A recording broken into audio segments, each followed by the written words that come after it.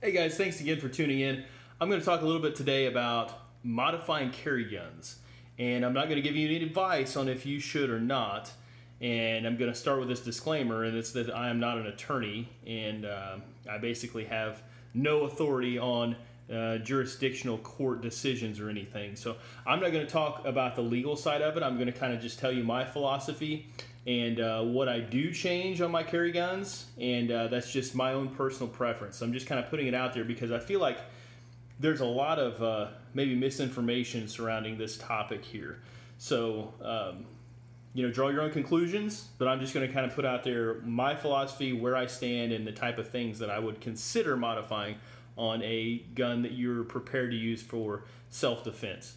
Maybe not even just your carry gun, maybe a nightstand gun or a home defense gun, but something that you're prepared to use in your own defense. And I'm going to kind of give you a little bit of history on this.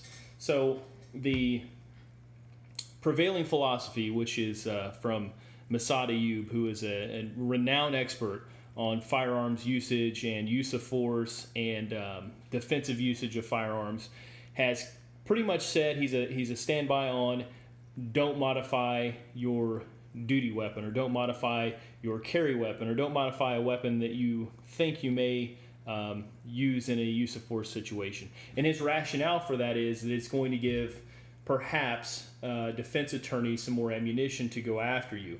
And you kind of see remnants of this with the guy that had the AR-15. I think he was a police officer that had some kind of inscription on the ejection dust cover there that said something either lewd or to the effect of him being a killer or whatever. I can't remember what the situation was, but that sort of thing is not out of the realm of possibility to have a defense attorney come after you in a defensive use of force situation. Matter of fact, you should probably expect it in today's society.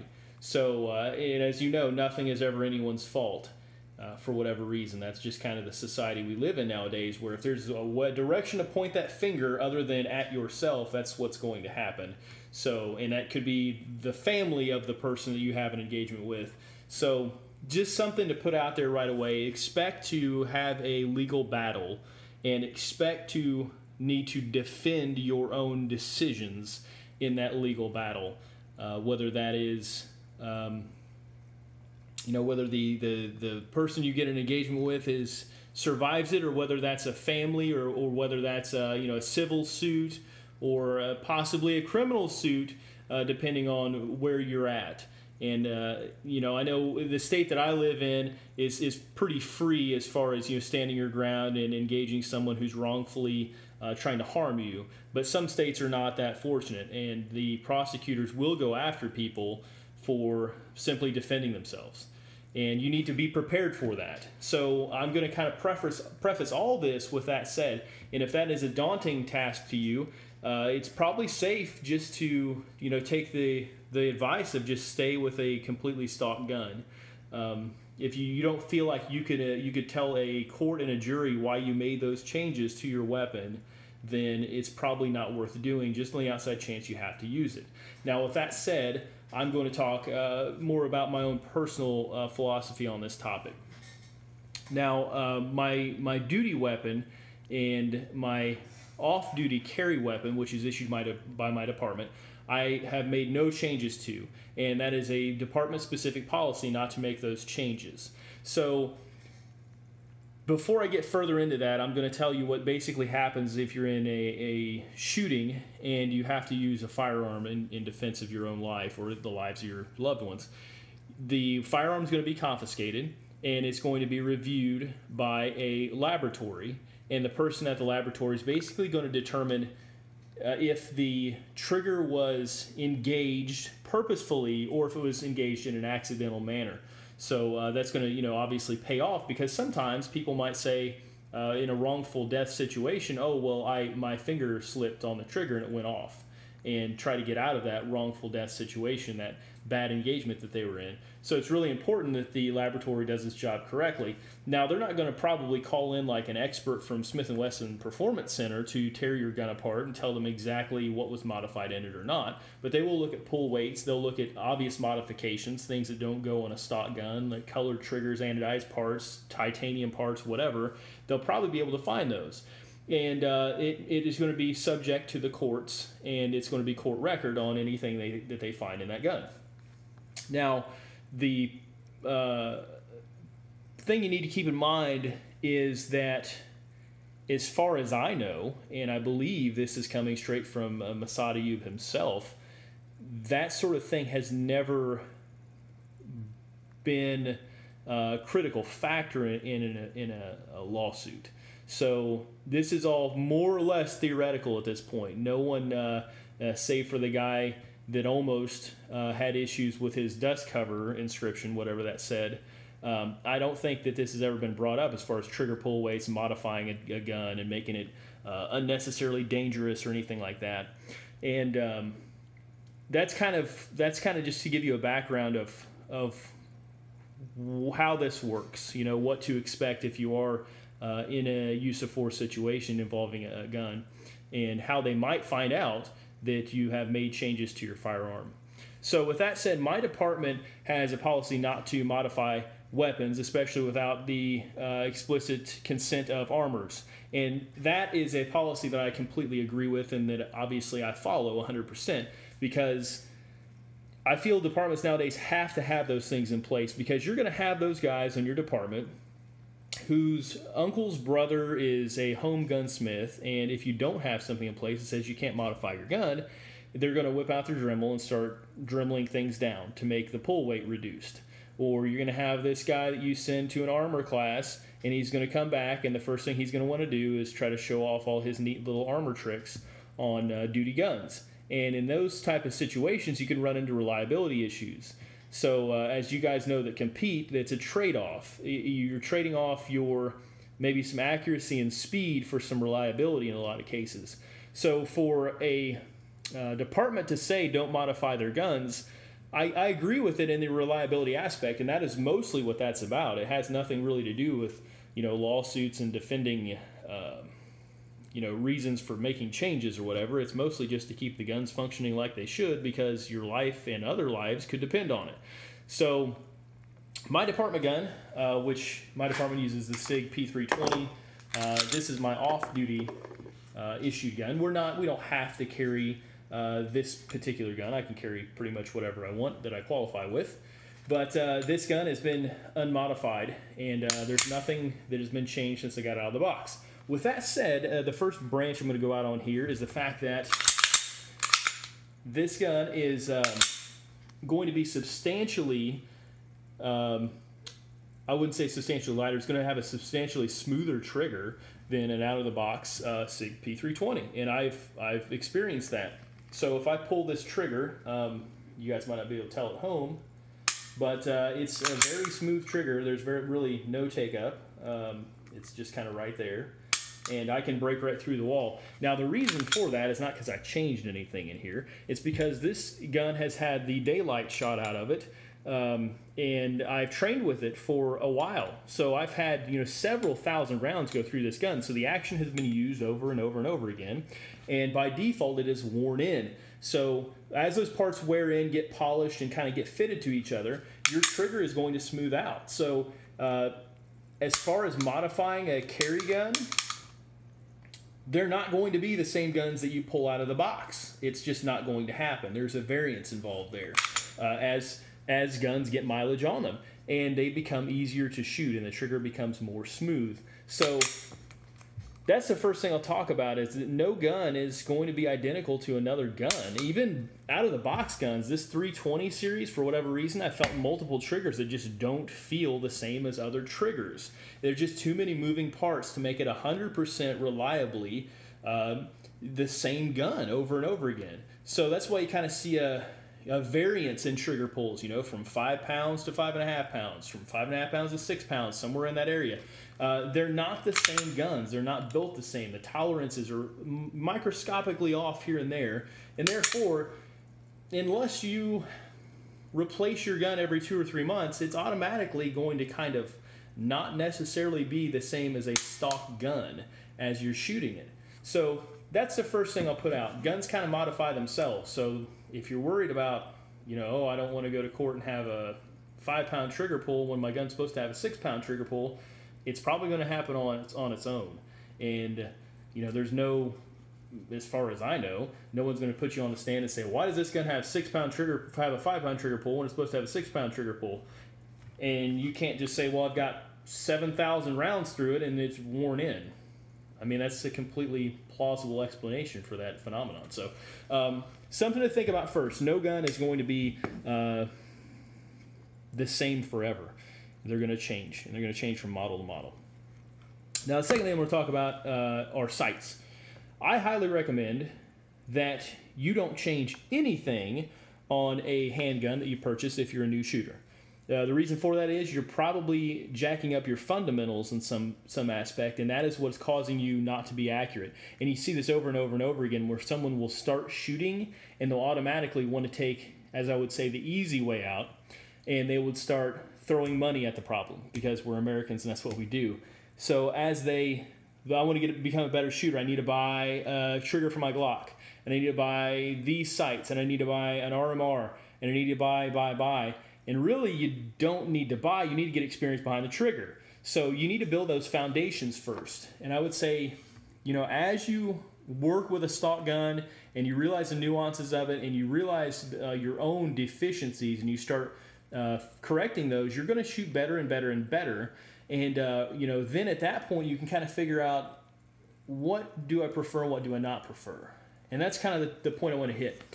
I don't modify any gun to make it easier to shoot or anything like that. I modify a gun for my personal preferences based on several thousand rounds in a long time span of shooting pistols in competition and in target and range sessions and everything else. So when you do get to that point where you feel like you as a shooter are developed enough to know what your preferences are, I don't see a problem with making those changes. And specifically sights, like almost every gun out there has mediocre sights at best out of the box. SIG possibly being the exception with the SIG Light sights. These are pretty good sights. They're reliable, and they got a nice sight picture from out of the box. So I haven't found really a need to change these too much. But I wouldn't be opposed if somebody thought that they wanted a different sight set because that's what they're used to, or that's maybe what they use on other guns or something. That's completely plausible in my opinion to change sights. And, you know, we can, like I say, at my department, we can have our armor do that, no problem, no questions asked. So, and that's not going to come up in court. You know, why did you change your sights? Maybe a further extension of that, why are you carrying an RMR on your gun? You could probably explain it away in that the optics help you become more accurate, or maybe use it on a different platform, or maybe that's what you're used to, and that's kind of diffuses that situation. The next thing I'm going to talk about are internal modifications to the gun. And I'll go through a kind of a lineup of what I have done to several different guns that I rotate through and I carry. The first one is going to be this CZP-07. This gun I've had for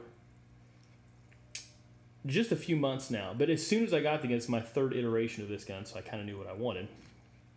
I immediately started buying Cajun Gunworks parts because I know what I like in the trigger assembly of this. So this has, the springs have been changed in it, the roller has been changed in it, it's got the short reset kit from Cajun Gunworks in it. So it's got some fairly substantial internal modifications to it. Now, the first thing I'd say is when you make modifications, make sure that you're making them to better fit what your preferences are. The second thing I'd say is make sure these modifications retain 100% of the functionality and reliability of the gun. So before I carried this, after making those changes, I fired it multiple times. And I made sure that there was going to be no reliability issues with those guns installed. And Cajun Gunworks is a pretty reputable company. and they stand behind their product in that aspect. So for me, the changes reduced the trigger pull, the double action trigger pull, and they also made the single action much more crisp and lighter. Okay, and the reason I did that is because a lot of my hammer target guns are set up in the same way. So for me to say, if somebody says, well, why did you make the trigger pull lighter in this gun? Why did you add those parts? I can say, well, I've got another P09 set up exactly like that, and that's what I shoot competition with. So for me, it was easier for me to be able to reliably and accurately engage targets in a self-defense situation with those modifications in there, and to minimize the potential for a missed shot or for hitting maybe a bystander in that situation. And that is pretty much what I would say in a court of law, and that's 100% truthful as far as why I would make modifications to a carry gun, because accuracy is not just something that applies in sport. Accuracy is something that as an individual willing to carry a firearm, you have to be acutely aware of, because as some have said, once you pull that trigger and the process is started for that bullet to leave this barrel, you can't reverse it. It's like this space shuttle going off. You can't stop it once it's lit. And that's something you can never forget when you have a gun in your hand. And the same applies in self-defense situations. If you're in a crowded mall and you have kids and families and stuff all around the perpetrator or the shooter or whoever the bad guy is in the situation, you have to take into consideration what the collateral damage could possibly be to engage that person. Can you get out alive without engaging the person should be the first thing going through your mind. And if the answer is yes, then in that case, it's going to probably be a better trade-off for you to remove yourself as expediently as possible instead of trying to, under duress and stress, blast rounds at a person surrounded by civilian bystanders. Okay? You may be doing more harm than good in that situation. Just kind of theoretical, but I'm putting it out there. Okay, so again, in this gun, this hammer gun that I have set up just like my P09 that I shoot in competition sometimes, that's why I did it. It has nothing to do with making it more deadly. It has nothing to do with making it, some kind of elite Punisher gun. It is just what I'm used to in this exact platform for accurate, precise shots. And that's what you want in a carry gun. Okay, the same idea or philosophy carries over to my other guns. Almost every Glock that I've ever had, I put the 25-cent trigger job in. This new Gen 5, no exception. The second day I had it, I took it apart and I polished the connector, and I polished the connector from the trigger to the trigger housing back there. And certain parts, you can look that up. I'm not telling you guys how to do it, but I polish basically anything that moves against another part, and it just kind of accelerates that wear that you're gonna experience over time over shooting a gun, and it kind of speeds up the time to get that smooth trigger that I talked about any gun developing. So with that said, all of my guns that were Glocks that I ever carried in a defensive manner had a polished trigger. Now I didn't change the connector and make 3.5 pound connector and all that kind of stuff, or put some exotic trigger in there. I just don't feel the need for it in a carry gun, because obviously my safety is also important when I holster this thing, or when I pull it out, or if I bobble it going back into the holster. I don't want to accidentally set it off. So a nice crisp 5-pound trigger I can get by just polishing the components in here. Okay, on this one, the sights have been changed. Flipped around this back one for now. I'll be putting a match set on there here before long. But the sights have been changed, again, for the same reason, because the standard sights on a Glock are horrific, and they don't work with my eyes. And it's easier for me to make accurate, precise shots by making those changes. And if asked, that's what I would say in court. It's easier for me to make accurate, precise shots in a self-defense situation where stress is high and my adrenaline is pumping by making those changes. And that's what made me do it. That's why I chose to make those changes, keeping reliability in mind. Now, I'm talking about simple upgrades that are not going to reduce your trigger down to like 2 pounds and, make some kind of crazy, race gun that I'm carrying around. So that's why I have that philosophy. The same with this M&P 2.0.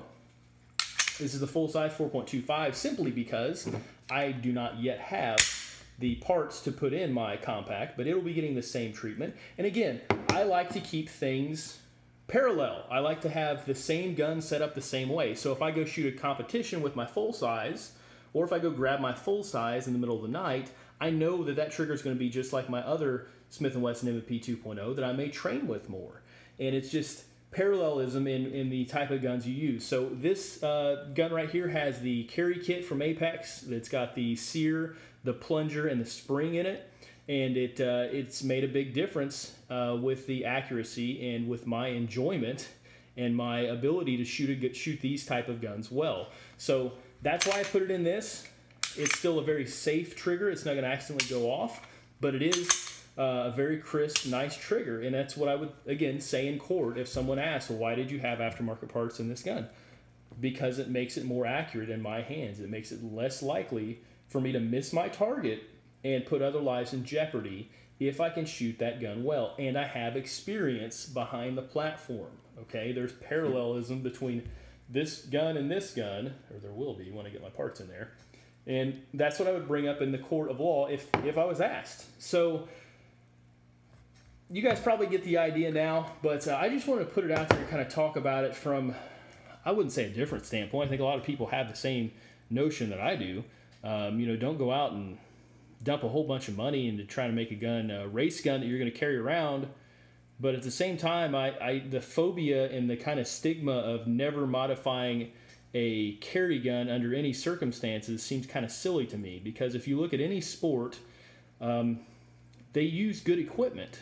You know, a road cyclist is not going to be riding a Huffy mountain bike in the Tour de France, and it's not because the Cannondale or whatever he has makes him super fast. It's because he knows what he likes, and that bike is tailored to him. It's tailored to his race style or her race style, and it's something that they get a better yield out of. And that's the same with any tool. And you know, like I say, guns they're tools when you come right down to it. It's a tool for your craft, and if you're using it to defend your life, in my opinion, you want it to be the best working tool that you can make it. You know, it's the same as putting maybe a certain grip on a hammer that a carpenter uses, or using a certain weight head for certain things in carpentry. So just make the gun work for you once you know what you need. Don't get carried away with it.